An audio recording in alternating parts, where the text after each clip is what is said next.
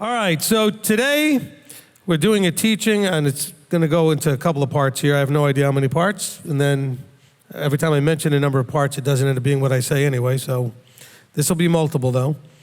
And I've entitled it, at least for now, I may change my mind, Peace in a World Not His. Shalom in a World Not His. Because that's where we are right now, right? We're in a world not His. And we're going to go through this because obviously we're going through a lot of things right now in our time, in our world, that is disturbing and stealing our shalom. We're challenged in the area of having peace in our lives and peace around us. And so I think it'd be very important that we talk about in this teaching, how we get this peace, what prevents us from having it, what steals it from us, and those kind of things. And very interesting, in the Brit Hadasha, the writers of the Brit Hadasha, because those are letters that are written to people. A lot of the letters are written to people. In the greeting, and sometimes at the end of the letter, but in the greeting or at the end of the letter, there is something that I think I want to read a bunch of. There are 19 times. I'm not going to read all 19 probably, okay? But, some of you may think, well, you're just going to beat this point to death. I am going to beat a bunch of points into you somehow, okay? Because, quite frankly, we have not received the fullness of Messiah if we are still afraid of stuff, if we don't have peace. Those of you who feel like, well, I'm all much, whatever, but compared to your friends and family members because you keep Sabbath or you keep Torah in some level. But if you still are afraid, if you still have anxiety, if you still worry, if you still panic, if you still have depression and all these things, and I'm not talking about the clinical type. I mean, just the part that is more of an emotional place that you would have more control over, you have not fully received Messiah. Now, I did say very clearly, not the clinical type. There are those of you that have a clinical problem with that. I get that. But the others of you have control over those emotions, and you don't control them because you've not yet fully received. So I'm going to read a few of these beginnings of letters. I want you to hear how it's worded so that we're clear on this issue here. We'll start in Romans chapter 1. Okay, we'll just read from verse 1.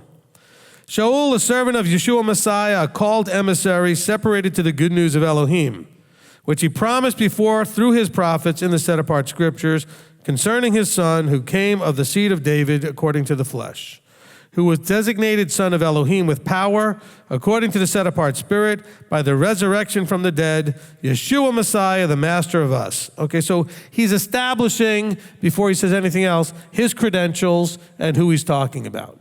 Okay, he is a called emissary. He's an apostle. He's a shaliach in the Hebrew. And he's talking about things that were promised by the prophets. He's talking about the one who came from the seed of David according to flesh, the designated son of Elohim, Yeshua Messiah, the master of us. Verse 5, through whom we have received favor and office of the emissary for belief obedience among all the nations on behalf of his name, among whom you also are called ones to Yeshua Messiah. So now he's established his credentials, and he's establishing, I'm talking to the ones he's called. I'm not just talking to everybody. Verse 7, to all who are in Rome, the ones who are called ones, not everybody, right? Beloved of Elohim, called, set apart ones. Now we've established who's speaking, why he's speaking, what authority, and who he's talking to. Listen to what he has to say. Favor to you and peace from Elohim our Father and the Master Yeshua Messiah. So he starts off with a desire that there be favor and peace from Elohim. So notice it says peace from Elohim. Okay, that's an interesting idea, that peace from Elohim. Now let's go to 1 Corinthians chapter 1. 1 Corinthians chapter 1. And most of these letters are Paul, but we're going to see that there are other people as well that are Peter, etc., and John that are going to use this kind of a greeting and kind of a statement. 1 Corinthians chapter 1 and verse 1, Shaul, a called emissary of Yeshua Messiah, by the desire of Elohim, and brother Sostenes, to the assembly of Elohim, which is at Corinth, to those who were set apart in Messiah Yeshua, called, set apart ones, with all those calling on the name of Yeshua Messiah, our master, in every place, theirs and ours. So I'm not going to reiterate. He says basically the same thing. He just says it a little bit more briefly in 2 verses. Verse 3, favor to you and peace from Elohim our Father and the Master Yeshua Messiah. So this is his desire for this group. Go to 2 Corinthians chapter 1 and in verse 2. Okay, well actually we'll begin in verse 1 again. Let me get there first. Shaul, an emissary of Yeshua Messiah by the desire of Elohim, almost the same thing. And Timothy the brother, to the assembly of Elohim that is at Corinth, with all the set-apart ones who are all in Achaia, favor to you and peace from Elohim our Father and the Master Yeshua Messiah. So he says this, by the way, in Ephesians twice, in Ephesians 1 and Ephesians 6. We see this again in Philippians chapter 1. We see it in Colossians chapter 1, 1 Thessalonians chapter 1, 2 Thessalonians chapter 1, 1 Timothy, 2 Timothy, Titus, Philemon. Okay, let's go to 1 Peter. I want to show you somebody else saying it here. Okay. Let's go to 1 Peter. And we'll look at verse 1, chapter 1. Kepha, an emissary of Yeshua Messiah, to the chosen, so we know who he's talking to and that he's an emissary. He's establishing credentials. Strangers of the dispersion in Pontus, Galatia, Cappadocia, Asia, and Bithynia. Chosen according to the foreknowledge of Elohim the Father, set apart by the Spirit unto obedience and sprinkling of the blood of Yeshua Messiah, favor and peace be increased to you. Okay, so now he's saying that favor and peace be increased to you. That's his desire there. Notice that both Paul in certain places and here Peter links together with this the idea of obedience or belief obedience. We'll go to John now. So let's go to 2 John, because Peter says it again in 2 Peter as well, but I think we made our point. Let's go to 2 John, verse 1. The elder to a chosen curia and her children, whom I love in truth, and not only I, but also those who have known the truth, because of the truth which stays in us and shall be with us forever. Key phrase there, because of the truth that stays in us. That's another issue we're going to have to deal with. Favor, compassion, peace be with you from Elohim the Father and from the Master Yeshua, Messiah the Son of the Father in truth and love. So again, there's that peace from Elohim, peace from the Father. Okay, Jude, okay, verse 2. Okay, Jude is only one chapter. Jude, verse 2, actually, we start in verse 1. Yehuda, a servant of Yeshua Messiah and brother of Jacob, to those who are called, set apart by Elohim the Father, and preserved in Yeshua Messiah, compassion and peace and love be increased to you. All right? And then Revelation, we'll finish with Revelation here for this section, chapter 1. Okay, in Revelation, we begin in verse 1. The revelation of Yeshua Messiah, which Elohim gave him to show his servants what was to take place with speed, and he signified it by sending his messenger to his servant Yochanan, who bore witness to the word of Elohim and the witness of Yeshua Messiah to all who he saw. Blessed is he who reads and those who hear the words of this prophecy and guard what is written in it, for the time is near. Yochanan, to the 7 assemblies that are in Asia, favor to you. Now, so he established that this is from Yeshua to Yochanan, and now he's speaking to the 7 assemblies within the body. Favor to you and peace from him who is and who was and who is to come, and from the 7 spirits that are before his throne. 19 times in the Brit Hadasha we get this phrase, peace from Elohim, or peace from the Father, peace from Yeshua. And that there's an encouragement that we should have peace and it should be increased. And yet, we find ourselves today lacking what?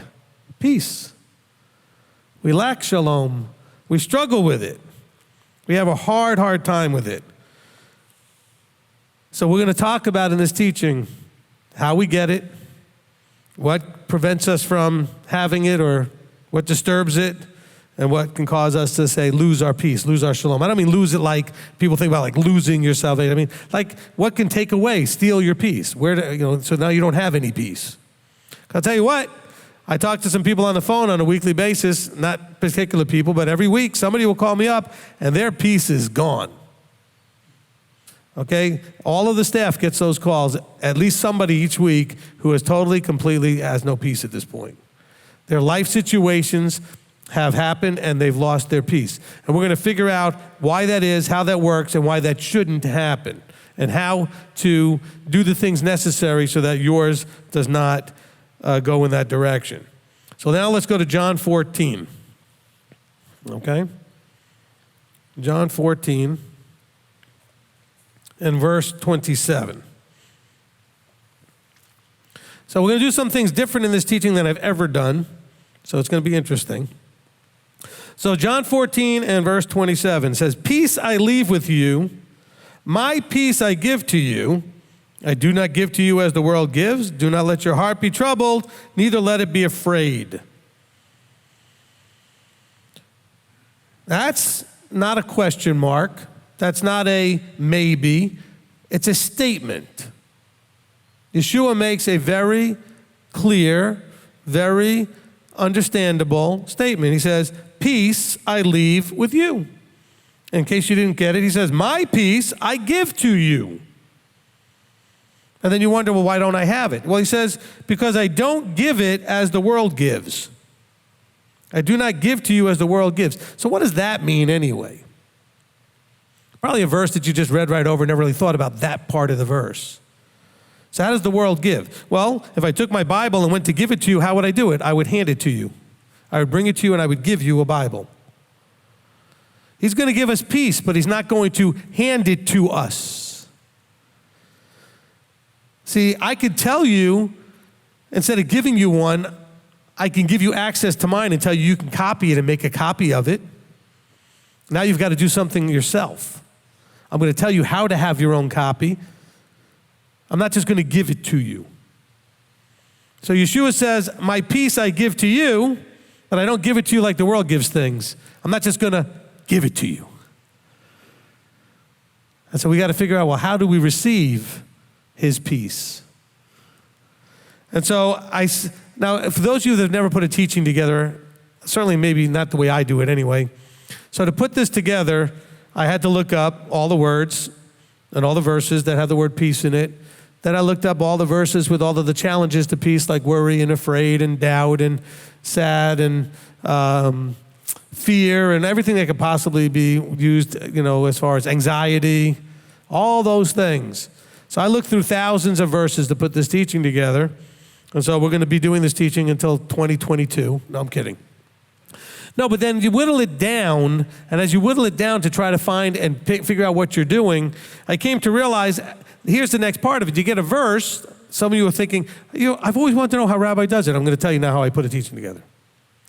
So I have this verse, "Peace I leave with you, my peace I give to you." That's clearly the pivotal verse for whatever we're dealing with. I would say that that's the key, if not the key, it's certainly one of them, right? But it's probably the key verse. And then what you must do is you have to say, okay, where do I have to go backwards from that verse and forward from that verse to complete the thought?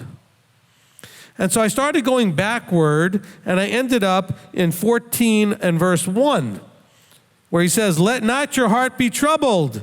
Believe in Elohim, believe also in me." That seems to be according to the same theme, doesn't it? So everything between "let not your heart be troubled" and "my peace I give to you" probably is connected. Probably is wink, wink. It's absolutely connected, okay? So then I said, okay, I know how far to go back, because before that, chapter 13 doesn't continue the thought, because chapter 13 is the Last Supper. Okay? And so this is a new thought starting, so I don't need to go any further back than 14:1. But now where do I go going forward? Well, I know that in 14:1 he said, "Let not your heart be troubled." And when I was working my way through 14, I noticed that in 14:6 he said, "I am the way and the truth and the life." So he is the path to all of this. He is the way to peace, the way to life, the way to truth. He's the way. All right, so that's part of our context here. Then in verse 16, he says, I'll ask the Father, and he's going to give you a helper to stay with you forever. Oh, so he's told us that our heart should not be troubled, that we are to believe in Elohim, that he's the way to do that. He has the truth, he is life, and that he's going to give us help. He's going to give us a helper. I'm not going into any detail here. I'm just breaking down my thought process, trying to figure out what to read to you. So then going forward to John 14:27, where he said, peace I leave with you, my peace I give to you, I started going now forward to say, okay, where do I stop? And then I noticed that in John 15, crossing over chapters, please, when you're doing a study, do not be afraid to cross the chapter boundary. It's okay, it's not scary. The chapter boundaries are arbitrary. Man put them there, okay? Now, it crossed into chapter 15, and I noticed that in verse 4, it says, stay in me, and I stay in you. As a branch is unable to bear fruit of itself unless it stays in the vine, so neither you unless you stay in me. So, let not your heart be troubled. I am the way. I'm going to send you a helper. He says, I am going to make my peace. I'm going to give you my peace available. It's going to be available to you. And then he says, stay in me. There's a lot more, obviously, in chapter 15 that we're dealing with. Then in verse 19 of chapter 15, because I'm still looking for the stopping point, right? Where am I going to read for this? It says, if you were of the world would love its own. But because you are not of the world, but I chose you out of the world, for that reason the world hates you. So we're suffering, our peace is disturbed, our hearts are not supposed to be troubled. He says, I'm not going to give you peace the way the world does. And now we kind of know a little bit why, because we're not of the world. He says, you are not of the world. Who's he talking to? His disciples, his students. If you are a follower of Yeshua, you're not of the world. You're in the world, but you're not of the world. All right, so I need to keep going. Verse 1 of chapter 16. These words I have spoken to you so that you don't stumble. If you stumble, basically, we go back to 14, your heart might be troubled. 14:1. Your peace might not be available to you at that point if you are stumbling. He said, I've spoken these words. What words? All the way back, I believe, to John 14:1. He said, these words I have spoken to you so that you don't stumble. Okay, so I can't stop there. 16:33. Now we're at the end of chapter 16. He says, these words I've spoken to you. So now he's definitely including the entirety of chapter 16. That in me, you ready for this? You might have what? Peace. So I'm really kind of forced to go all the way through from 14 at least to the end of 16. Because he said, I've spoken all of this to you that you might have peace. And in the world you have pressure. Anybody feeling any pressure right now in the world? But take courage, I have overcome the world. Okay, so we can stop here. Well, no. Let's look at chapter 17. In chapter 17 and in verse 15, he says, I do not pray that you should take them out of the world, because this is a prayer Yeshua is doing with the Father here. Like right, chapter 17, verse 1, he says, Father, the hour has come, esteem your sons. This is his prayer. In verse 15, he says, I do not pray that you should take them out of the world, but that you keep them from the wicked one. They are not of the world, as I am not of the world. So maybe we can stop there. And so in reading it all the way through, I realized we have to take it all the way to the end, where he says in verse 26, and I have made known your name to them and shall make it known, so that the love with which you loved me might be in them and I in them. I'll make your authority. This is an authority problem. If you had a right authority, structure, relationship with the authority of the universe, you would not have your peace disturbed. You would not stumble. Your heart would never be troubled. Now we're going to stop at 17. Why? Because verse 8 to chapter 18 now, it says, having said these words, Yeshua went out with his taught ones. So he's done. He finished the conversation. So you know what we're going to do now? We're going to start reading 4 chapters. We're going to read John 14, 15, 16, and 17. And we're going to understand why he said that these words were there to help you understand how to have the peace. And so let's go to John chapter 14 and begin. So like I said, I've never really done this before, just read through 4 chapters, but we're going to do that right now because we need to understand what is going on. Now remember, the context for his disciples is that a disturbing event is about to happen. He's already told them, they're not listening, he's told them that they are going to kill him. And they've had this gathering. He washed their feet. He did all those things in chapter 13. And he's trying to get their attention. And they're still busy wasting time arguing about who's the greatest and all that kind of stuff. Not here in John. We see that in Matthew and Mark and Luke and stuff. We can see that they were still doing that at the Last Supper. That detail isn't mentioned by John here, but it is interesting that that detail's left out. But I believe it's the reason he washed their feet. Is to say, knock it off. If you want to lead, you have to be humble enough to be the lowest and wash feet. Because all of them are trying to figure out, where do I get to be, in the power structure of the kingdom? Because they're only looking at the world through those authoritarian eyes. There's only in that world. Look, you didn't have, Knessets and Congresses and all kinds of other governments. You had kings, emperors, dictators. You didn't have this other type of stuff going on. And so they're thinking, what power, what authority will I have in the kingdom? And he's like, knock it off. It's not about that. There will be one authority and one power, me. Okay?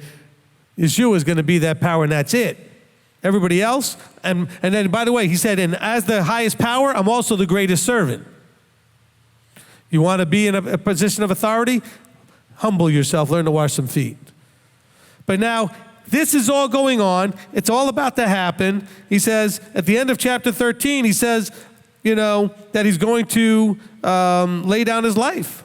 These things are going to happen. He said, a little while, verse 33, little children, yet a little while I am with you, and you shall seek me. And I said to you Jews, where I'm going, you're unable to go. I mean, in other words, he said, there's going to be an event where you're going to feel the loss. See, a lot of you right now are feeling the loss. By the time people watch this months from now, who knows? But right now we're going through the coronavirus lockdown. And people are feeling the longing for fellowship, the loss of that intimacy of being able to be together as a group.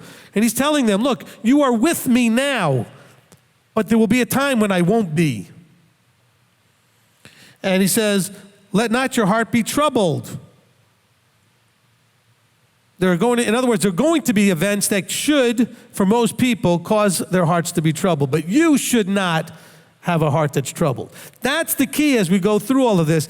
We're going through stuff. And by the way, this is nothing, and this is nothing. I know in your life it's big, but most of you have read your Bible. You know there's a thing coming called the tribulation.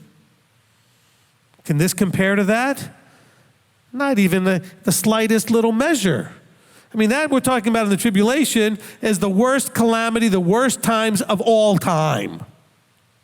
That's coming.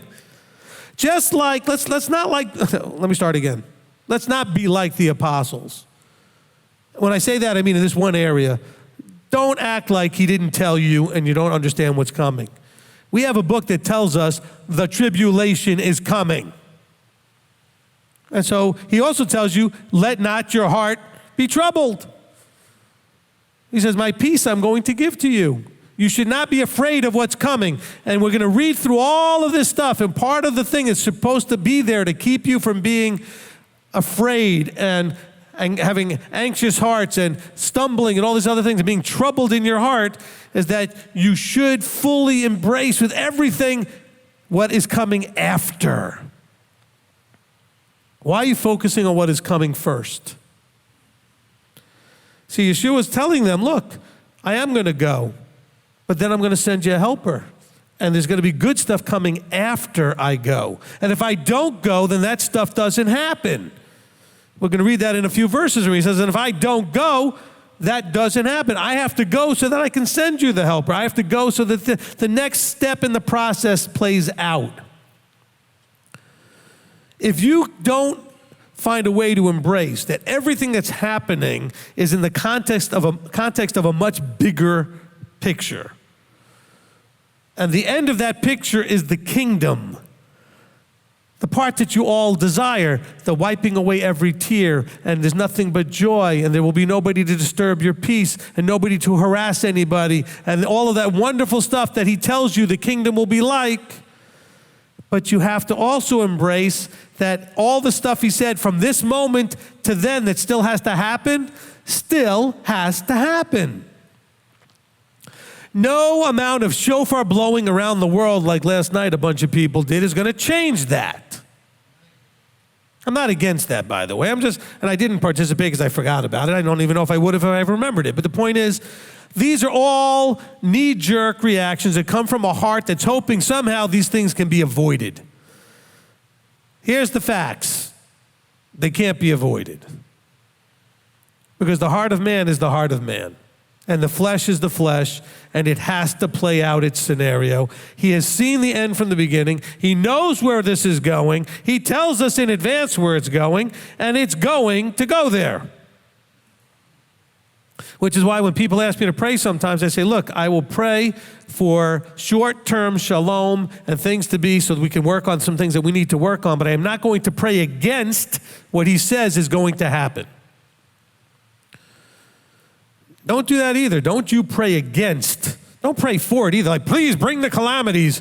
We don't want to do that either. Look, this is part of what the Muslims do. The Muslims think they have to make the world into this horrible calamity that brings their Messiah. So they're trying to hasten it by causing more calamity. No, we want there to be relative peace until we get to it, and the calamities are going to come, but I'm not going to pray against that ultimately playing out, because now I'm praying against the word.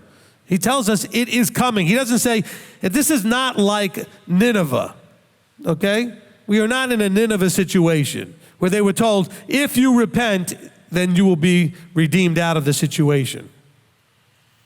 There's no place between John chapter 14 and Revelation 22, the end of the whole thing, that says, well, and if they go ahead and, do this and this and this, then all these things that I said would happen are not going to happen, okay?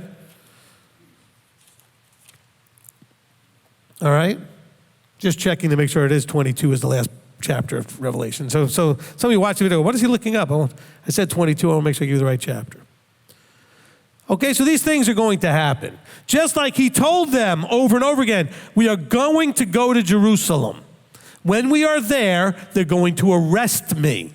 Then they're going to kill me. Then I'm going to, he couldn't really explain what comes next, but they're going to kill me. But it's going to be okay. And, Peter says, no, be kind to yourself. And other people say, no, don't say this isn't so. But he tells them, I will be raised the third day. Because even the leadership in Jerusalem knew that the disciples were talking about raising the third day. That's why they put the guard at the tomb. Because they were thinking they're going to come and steal the body away and claim that something happened. So they knew about that. About that was well known enough that the leadership knew about it. But yet, do you see the disciples hanging out near the tomb waiting for it to happen? Nope. The bad guys believed it and the good guys didn't. Because they're putting up guards there and they heard what happened and they're trying to, but you don't see the disciples, as a vigil waiting for this to happen. Miriam shows up and then she goes and tells everybody that he's gone. As you see this play out. And so, quite frankly, the book you have, the scriptures, from Genesis to maps, okay? From Genesis to Revelation 22. Genesis 1 to Revelation 22. All of this is so that your heart not be troubled. All of this is so that you can have peace. He says, I don't give it to you like the world gives it to you. You have to study it, ingest it, and make it a part of you. You have to believe it. See, we want it by fiat. In other words, he just waves a hand and just gives you peace. That's Hollywood. That's not real. It Doesn't work like that. Now, there may have been moments in your life where you were going through a terrible situation and you turned to him and he gave you peace. But he gave you peace just enough for you to see that you can find peace in him. Now, what do you do next time? Do you remember that event and don't allow yourself to go back? Or are you waiting for him to do it every time? So he wants us to embrace all of this. I'm still like in verse 1 of chapter 14. This is going to take a while. I want us to understand the point. Okay? We are in mildly to somewhat challenging times because, I mean, if you're lost your job and you're running out of money, everything, it's very challenging. I get that. But they're about to go to a point where people are going to be running around trying to kill them, like Shaul and some of the other leadership amongst the Jews. Not to mention the Romans, not to mention eventually the siege of Jerusalem, and then the destruction of the temple, and all the things that are coming in the future. And the Jews being thrown into the arena in Rome, the Jews being, pogromed and holocausted all over the place. All these things that are coming. Inquisitions, etc. And he said, look, let not your heart be troubled. Believe in Elohim and believe also in me. This is the beginning of the cure to the problem. He says, this is how you can let your heart not be troubled. You need to believe. And I believe he was using the word like emunah, not just the word belief as in like we look at in Greek and English to get to that understanding. He said, have a full, down to the marrow, to your cellular level understanding that everything is under control of the creator of the universe. He has allowed or he has caused it all, and that nothing can withstand his plan. That everything he says will happen as he said it will, which is not only the bad stuff, but the good stuff. And that we know the end of the story. It's happily ever after, literally ever after. I mean, this is the one book where there really is, for those who make it, happily ever after. That's literally the end of this book. And they lived happily ever after. But they had to go through, we'll use it as the metaphor, they had to go through hell to get there. In other words, this world will be like a living hell. Tribulation will be like a living hell. By hell, I mean not hell of the Bible, hell the way the world has always described it, okay? The way we picture torturous, awful, miserable, everything horrible happening. There'll be plagues, there'll be wars, people will be dying of all kinds of things. There'll be droughts and starvations and everything, earthquakes, the worst possible thing. And he says, let not your heart be troubled. There's a happily ever after. But you have to do what? You have to believe in Elohim. And believe also in me. And so we're going to focus on the believe also in me part in the next part of this chapter because he's going to explain his role in all of this. He says, in my Father's house are many staying places, and if not, I would have told you so. I go to prepare a place for you. So now, bear in mind, he said, look, a lot of times people want to focus on, in my Father's house is many staying places, and I go to prepare a place. How about focusing on the middle sentence? What is he saying there? And if not, I would have told you so. In other words, I've told you everything I need to tell you. Everything you need, I've told you. That's what he's saying there. He's not just talking about the house thing and the staying places. He's saying, look, what you need, I have told you. If not, I would have told you that it was different. So two things we know there. A, he's told us everything we need. And B, he's told us everything correctly. If that wasn't the way it was, I would have told you differently. In other words, trust everything I've said. He says, I go to prepare a place for you. And if I go to prepare a place for you, I shall come again and receive you to myself, that where I am, you might be too. Do we not believe this? We're not talking about rapture here and all that other stuff. Just the idea that there's a future where he will be taking us to the place prepared. Wherever that is, whatever that looks like. Okay? That place we call the kingdom, the forever kingdom. He says, and where I go, you know, and the way you know. What? Hold on a second. He says, and where I go, you know? Now, in verse 33 of chapter 13, he says, little children, yet a little while I am with you, and you shall seek me. As I said to the Yehudim, where I am going, you are unable to come. I now also say to you. So he's saying, look, I'm going. Now, what does he say all the time, all through the scriptures? I came from my Father. And he says, in one time you'll see me lifted up and going back to my Father. So you know where he's going. It's going back to the Father. So we should know. And he says, and the way you know. The way to what? To what he's prepared. So what's that way? Torah observance. But he's going to tell us in a few seconds, in 2 more verses, exactly what that is. He says, where I go, you know, and the way you know. And Toma goes, Master, we don't know where you're going and how we're able to know the way. Because a lot of you are probably thinking the same question if you were reading this for the first time. Wow, how do I know where we're supposed to be going? How do we know the way? And Yeshua makes it very clear. I am the way. Verse 6, he said to him, I am the way and the truth and the life. And in case you're not sure where you're going, he says, no one comes to the Father except through me. Now, bear in mind, now we're going to take this in a much more literal sense based on what he's saying in John 14 than maybe you've ever thought of before. Well, no one comes to the Father except through him. And we think of that as in he called you, he opened your eyes. I think he's talking about it in a much more literal way. No one actually literally comes in the end to the Father except through him, the way, the truth, and the life. He'll take it in a much more literal sense. Literally, when we go before the Father, when we actually come to him in the end, the happily ever after, he says, no one is going to come to the Father except through these 3 things. Him being the way, the truth, and the life. If you had known me, you would have known my Father too. From now on, you know him and have seen.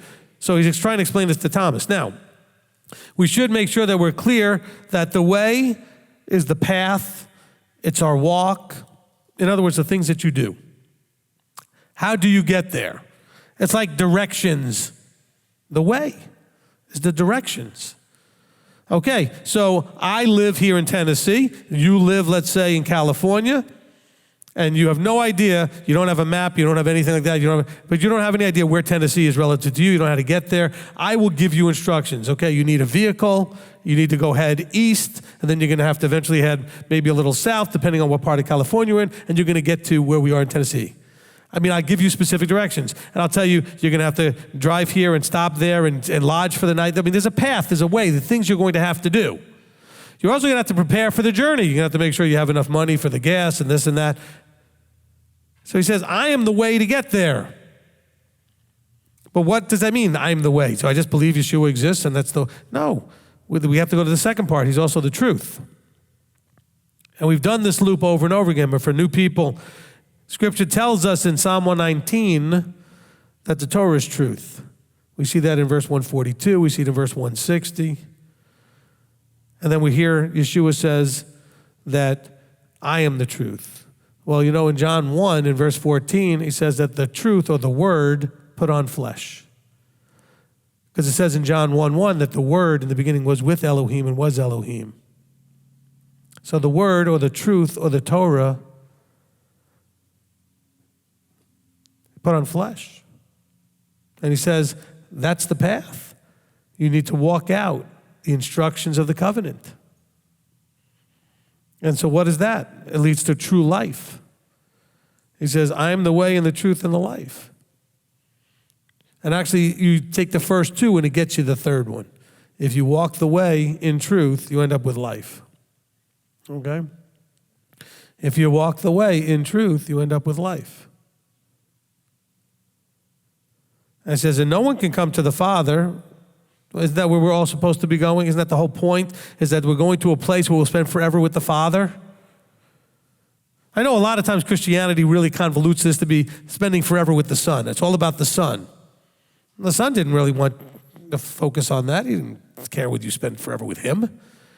He said, we're coming to, it's all about being with the Father. And so he said, if you had known me, you would have known my Father too. Now we're going to go back to that word known as relational. If you had a relationship with me, if you had a relationship of understanding that I am Torah observance, I am the Torah made flesh. I am the creator from the beginning in Genesis that created and worked with man all the way along. If you don't understand all of this, go listen to the Father and the Son teaching. Do you know the Father and the Son? Where it goes into that in great detail. And by the way, that's the point of that teaching, is to understand that verse. That's really one of the main reasons I wrote that teaching. Part of it had to do with the nature of the Godhead and the whole Trinity thing being, debunked and all that other stuff. But it really has to do with this part. If you had known me, you would know him. That's why I said, well, do you know the Father and the Son? Because he says, if you had known me, you would have known my Father too. From now on, you know him and have seen.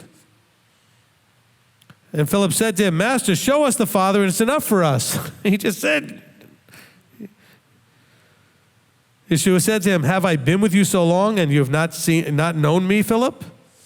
He said, I just told you, if you know me, you know the Father. He who has seen me and has seen the Father. And how do you say, show us the Father? Do you not believe that I am in the Father and the Father is in me? The words that I speak to you, I do not speak for myself, but the Father who stays in me does his works. So now we're taking this into a spiritual level.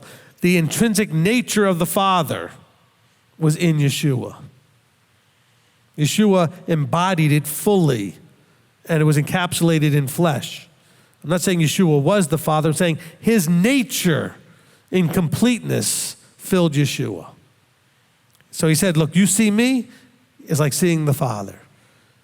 Because I so fully replicate in a discipleship sort of manner. I am so much a duplicate, an imitator, a disciple of my Father, that if you see me, it's like seeing the Father.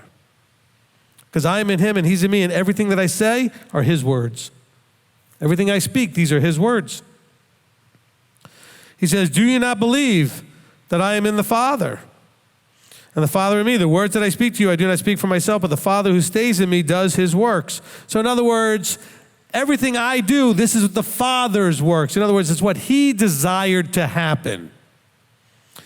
So it's not like the Father's like using him like a marionette or a puppet of some sort and everything. No, he's saying the things that I do, that's what the works means, right? The three-dimensional expression of the Father is the works. What I do in my actions are the Father's works. But the Father who stays in me, I do his desire. I do his actions.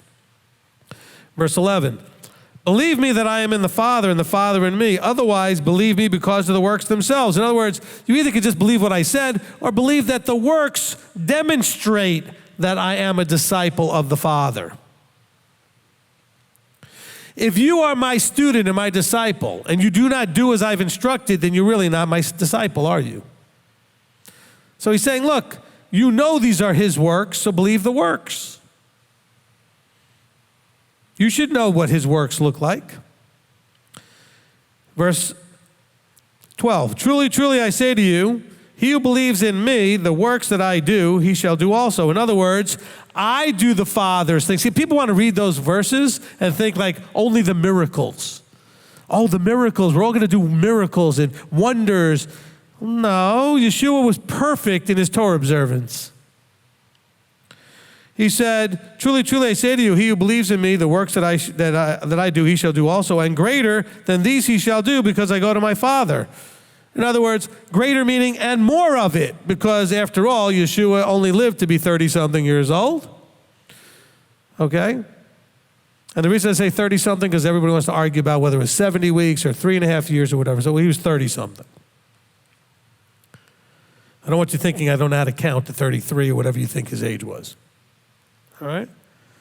Now, he says greater than these. So greater doesn't mean necessarily more impressive. Bear in mind, this is a problem within mainstream Christianity, thinking we're going to be doing even bigger and more spectacular. No, maybe we're just going to be doing more, as in the volume of it. I mean, Yeshua affected how many people directly? A few thousand that he saw. How many people did his disciples affect? thousands and thousands more, and then indirectly, obviously, more than that. But I'm saying just his disciples, on one day, so many thousand would come in. Another day, so many more thousand would come in, right? So greater than these he shall do. Why? Because I go to my Father. So now he's made it clear the answer to verse 4, and where I go, you know. He says, I'm going to my Father. He says, greater works you're going to do because I go to my Father. Verse 13, and whatever you ask in my authority, that I shall do, in order that the Father might be esteemed in the Son. Now, you're only asking in his authority if it's something you have authority to ask. You can't ask him to authorize something that's unauthorized. You cannot put his name on something he did not authorize. This is important. That's why I put the word authority there instead of just name. And whatever you ask, if you don't understand that, go listen to the teaching. What did I call it? No other name. Okay? Man, there's getting to be too many of these things. I'm getting too old to remember all the teachings. All right? But you need to listen to that teaching because you have to understand what the phrase, my name, means. When he talks about his name, he's talking about his reputation. He's talking about his authority. And so you're not going to ask in his reputation and authority, and he's going to do it unless it's actually something that would not hurt his authority or his reputation. So you can't just put his name on it by literally, if you think you can pronounce whatever way you pronounce the name, thinking, oh, I used his name, now he has to do it. He doesn't become like your, little pocket genie that you just take out and rub and use his name and he has to do whatever. He says, whatever you ask in my authority, the authority that he actually would give us to the limit of that authority, I shall do it.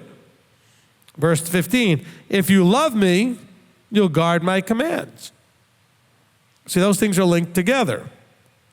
Now, people like to read verse 16 without understanding it follows verse 15. In every Bible. Okay, if you love me, then 16 says, I shall ask the Father. If you guard my commands. If you love me and guard my commands, I shall ask the Father. And he shall give you another helper to stay with you forever. Now bear in mind, he's already explained to them that he is not going to physically stay with them forever. He's going to leave. He's going to his Father. He said, I'm going to send you a helper that's never going to leave you. And that helper is only going to come because he's leaving. Now watch what he says here. I'm going to ask the Father, and he's going to give you another helper. So now we're told, let not our hearts be troubled. We're told that it's a path through him. He's the way, he's the path, with the truth, with Torah observance, with that authority, that's the Father's image and intrinsic nature is what we're going to embrace to get all of this, and he's going to give us help. Okay, that's the path we followed so far through chapter 14. Now, what is this help? Well, it's the Holy Ghost. No, it's not. Well, that's just stop that, okay? Listen to what it says here.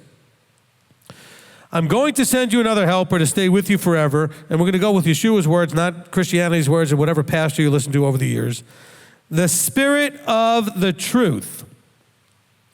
I'm going to help you by giving you access to the Spirit of the intrinsic nature of truth. Seems to me in verse 6 he said he was the truth.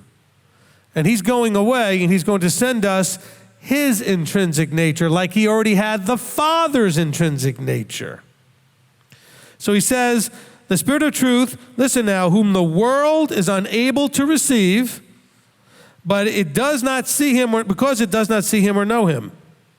But you know him, for he stays with you and shall be in you. This is the key to unlocking everything. This in the next verse. The Spirit of truth is something that you know, and it stays with you and shall be in you. This is something they already are aware of, his disciples. Thomas, if you had known me, you'd have known my Father. He's telling us the same story here. Now, in case that wasn't clear enough that he's talking about himself, he says, the Spirit of truth, my Spirit, the Spirit of truth, whom the world is unable to receive because it does not see him or know him, but you know him, for he stays with you right now and shall be in you later. In case that's confusing, verse 18 says, I shall not leave you orphans. I am coming to you. I think I need a V8. I mean, come on. This is where you get the big duh, you know. So who's the helper that's coming? Yeshua. He says, I'm coming to you. Now, how does he do that? Through the Ruach HaKodesh. There is a third aspect of what the Godhead does. You have the two beings, and you have this thing called the Ruach that they do things through. The means by which. And that's how he can be in you. He says, I shall be in you. The Spirit of truth that's going to be in you, he says, I'm coming to you. I'm coming. Because the Spirit of truth is the Spirit of Yeshua. Yeshua is the truth. How does that dwell in you? With this thing called the Spirit, the Ruach. This is the means by which something can dwell in you, but you don't feel him walking around in you. If you do, seek help. Okay? He says, I'm not going to leave you orphans. I am coming to you. Yet a little while, the world no longer sees me, but you shall see me because I live, and you shall live. Now, of course, he's talking about that he literally will appear to them in the future here. In that day, you shall know that I am in my Father, and you in me, and I in you.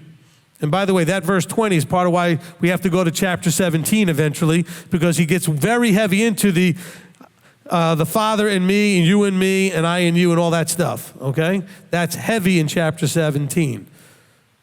All right, around verse 21, 22, 23, in that range, right? He who possesses my commands, verse 21, and guards them, it is he who loves me. Well, he already said that. If you love me, guard my commands, right? And he who loves me shall be loved by my Father, and I shall love him and manifest myself to him. Now again, this is all in the context of what? Receiving, I will not leave you orphans. I'm going to send my intrinsic nature to you as a helper. I'm not going to change your nature to mine. I'm not going to by fiat wave my hand at you and turn you into a Yeshua-like creature. We are going through a process, which Scripture always talks about, and we talk about transforming and conforming into Yeshua's image. But he gives us a guide, a helper to guide us in that process. And that's his nature. That's the still small voice saying, yes, that's like me, no, that's not. Yes, that's like me, no, that's not. Okay? If you're willing to listen to that voice. Of course, you got to get the other two voices in your head to shut up. That's yours and Hasatan's. That's the hard part. You know why? When he says, let not your heart be troubled? Because you got two other voices that are panicking. One's panicking, the other's encouraging you to panic. Hasatan's not panicking. He just likes people to panic. So you want to get afraid and have anxiety and worry and panic and Hasatan's going, go for it. It's great. Yeah, your life is ruined and everything's going to fall apart and you're doomed. And, he's just cheering you on down the path of being troubled in your heart.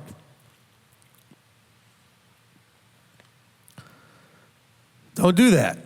He says, he who possesses my commands, he who possesses the way, the truth, and life, he who possesses my commands and guards them, it is he who loves me, and he who loves me shall be loved by my Father. The Father will love you when you guard the commands. And I shall love him and manifest myself to him. Yehuda, not the one from Kiryat, said to him, Master, what has come about that you are about to manifest yourself to us and not to the world? Yeshua answered him, saying, if anyone loves me, he shall guard my word, and my Father shall love him, and we shall come to him and make our stay with him. Again, guarding my word. He's saying, the world doesn't keep covenant.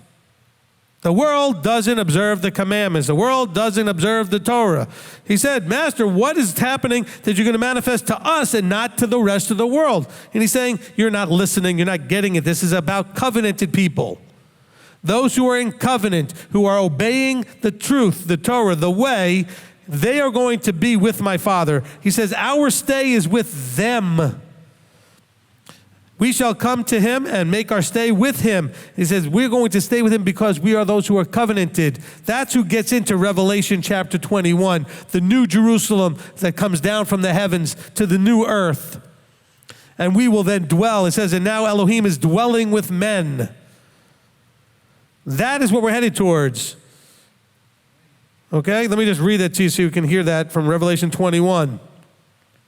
In Revelation 21 in verse 1, and I saw a renewed heaven and a renewed earth, for the former heaven and former earth had passed away, and the sea is no more. And I, Yochanan, saw the set-apart city, renewed Jerusalem, coming down out of the heaven from Elohim, prepared as a bride adorned for her husband. Oh, wait a minute. He says, I have a place I'm preparing for you. 14:2, in my Father's house are many staying places, and if not, I would have told you, I go to prepare a place for you. And guess what? It's coming here. See, all of you people were sold a bill of goods that John 14 was telling you that you get to go to heaven. And there's a place waiting for you, a nice mansion with nice rooms for you. Of course, the way it translates in a lot of translations, if you read John 14, is like one giant mansion and you just get a room. Doesn't sound like a bunch of mansions for you. I don't know who sells that, but he goes, see, coming down out of the heaven from Elohim, Revelation 21, prepared for you as a bride adorned for her husband, is what? The set-apart city has been prepared as a staying place. The connection between John 14:2, Revelation 21:2. And I heard a loud voice from the heavens saying, see, the booth of Elohim is with men, and he shall dwell with them, and they shall be his people, and Elohim himself shall be their Elohim, shall be with them and be their Elohim. And Elohim shall wipe away every tear from their eyes, and there shall be no more death, nor mourning, nor crying, and there shall be no more pain, for the former have passed away. That's the whole point of why we should not let our hearts be troubled. That's what's coming. That's what Yeshua was saying in 14:2 in John. He said, that's coming, but it's only coming for who? Well, we just read that later in chapter 14. He says, he who possesses my commands, verse 21, and guards them, it is he who loves me, and he who loves me shall be loved by my Father, and I shall love him and manifest myself to him. Verse 23 says, if anyone loves me, he shall guard my word, the Torah, the truth, and my Father shall love him, and we shall come to him and make our stay with him. That's Revelation 21 right there. And you get to be the first ones to hear me say that, because I don't think I've said that in any other teaching. Okay? But there it is. Okay?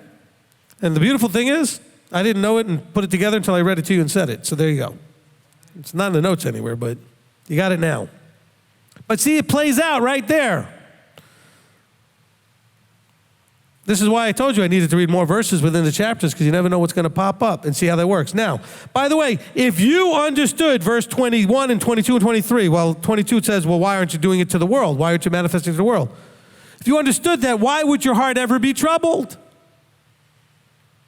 Because you already understand this is the story. This is what's playing out here. He who does not love me does not guard my words, and the word which you hear is not mine, but of the Father who sent me. So that you're not rejecting him, you're rejecting the Father. He says, these words I've spoken to you while still with you. But the helper, the set-apart Spirit, which the Father shall send in my authority, shall teach you all and remind you of all that I said to you. That's what the Spirit of truth does. It's going to remind you of everything that Yeshua said, which is really the Father's words. Okay? Now, in that full context of all of that, then he says to them, peace I leave with you, my peace I give to you. I do not give it as the world gives. Do not let your heart be troubled, neither let it be afraid. You heard that I said to you, I am going away and I am coming to you. If you did love me, you would have rejoiced that I said I'm going to the Father, for my Father is greater than I. So if you understood this, you would not be sad and panicking that he's leaving. Could you imagine being these guys, you're with Messiah himself and he's about to die and go away? That would be a really hard thing to deal with. You guys are all frustrated because you can't come here for services. You're stuck at home. Could you imagine He says, no, you would rejoice because this is a necessary step in the plan to come through, that has to play through. But we don't rejoice as these things play out. We get offended, we get hurt, we get sad, we have worry, doubt, anxiety, all this kind of terrible things. We're afraid. And by the way, there at the end of that verse, for all those out there that want to talk about three equal, blah, blah, blah, Trinitarian nonsense, he says, my Father is greater than I. They are not equal. I can stand on very good authority when I say that. I didn't say it, I just read it. He said it. He said, for my Father is greater than I. I didn't minimize or diminish the value of Yeshua whatsoever. I'm just quoting right out of his mouth. Nothing that needs to go simpler than this Peshat. There's no deeper understanding there. My Father's greater than I am. That's it. Okay? That's why Yeshua was completely always in awe, respect, reverence, submission to the Father. That doesn't mean Yeshua is not of the same stuff as the Father. Okay? The Father's just greater. There's a hierarchy there, all right? If you listen to the Father and the Son teaching, you'll understand that's why the Son was able to put on a flesh suit and the Father hasn't been here. I don't believe the Father shows up till Revelation 21. I think he was here in Genesis 1 at the very beginning creating things with Yeshua, and then he said, okay, it's all yours. You got to work it through all the way till the end until there's no more sin and death, then I'll show up. I know that might not make any sense to you. You got to listen to all 14 parts or whatever it is of the Father and the Son. 14? Something like that, okay? Even harder than remembering the names of the teachings, remember how many parts. He said, verse 29, and now I have told you, we'll finish the chapter at least, and now I have told you before it takes place that when it takes place, you shall believe. So, not be afraid, not be troubled, but believe. And say, it happened exactly like he said. It should strengthen your belief. I shall no longer talk much with you, for the ruler of this world is coming, and he possesses none at all in me. But in order for the world to know that I love the Father, and that as the Father commanded me, so I am doing, rise up and let us go from here. So look, it wasn't his desire to go through this whole thing. It was the Father's plan. Now he agreed to it, just like when Isaac had to get up there on the slaughter offering place with Abraham. Isaac was likely old enough to have resisted if he didn't want to do it. And Abraham was old. And so when we look at the Akedah, the offering of Isaac, Isaac wasn't his plan, wasn't his idea, but he had to voluntarily go through with it and get himself up there on the altar to be offered. Yeshua's that's a type and shadow of what Yeshua would do. Yeshua wasn't his idea, it's the Father's plan. But Yeshua's a willing participant.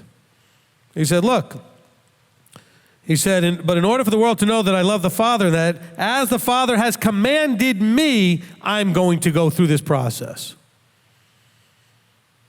Because this is what works out the plan. So I am doing. Rise up, let's go from here. Okay? And so, therein our story does not finish, because we're going to see as we go through 15, 16, and 17, he's continuing to teach them, even though they're moving from this place, he's continuing to teach them about what they need to understand to be prepared emotionally for what's coming. Not physically, but emotionally. This is going to be an emotional challenge. And by the way, 99% of all your challenges are emotional. Look at the challenge that started it all. Adam and Chava, an emotional problem with wanting either the fruit or what they thought the fruit would give them. That was an emotional problem. Envy, desire, whatever it was, ego, pride, something they wanted. Remember, she said that the fruit looked good to eat. It was going to give them wisdom. It was going to do all these things. That's an emotion. I want is an emotion. Okay? And he's saying, look, be careful, because those emotions can lead you in a right place, or you can end up with a heart that's troubled in a wrong place. So you got to be careful that you don't let those emotions trip you up. He says, look, I'm not letting my emotions get away. Look, when Yeshua prays, he says, Father, if it's possible to take this cup, but nevertheless, your will be done. I'll do what you say. Okay? He's not letting the emotions dictate his choices. Nothing wrong with asking. Hey, is there another way we can do this? Some of you call for counsel. And when you call, you'll ask, well, is there another way to do this? But are you ready to take the answer as, no, there isn't another way to do this. You have to do it. Because you'll look for little loopholes or a ways out, or is there another opportunity that can prevent whatever it is you're afraid is going to happen from happening? And the answer is often no. You know, Yeshua makes it really clear. Your choices may cost you mother and sister and brother and cousin or whatever. We're going to go through that.